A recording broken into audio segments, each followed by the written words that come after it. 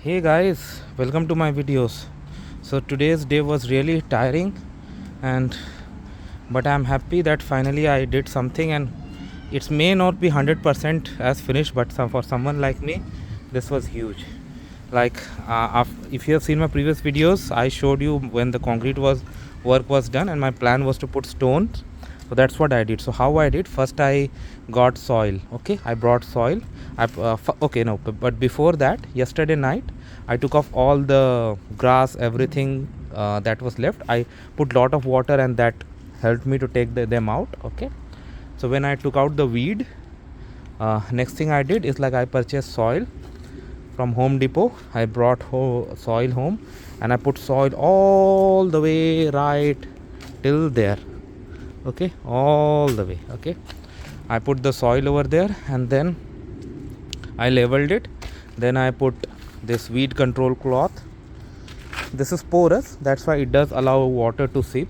Okay, I put that, and then finally I got reverse stones and I have put reverse stones on it. Of course, some of you may say that put more stones, but believe me guys, I can still distribute the stones, and I will try to distribute whatever I have, because at some places it's more, some places it's less.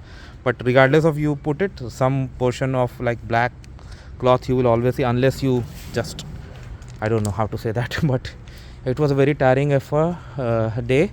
I started morning 7:45 and now it's around 4 p.m. and now I have finished.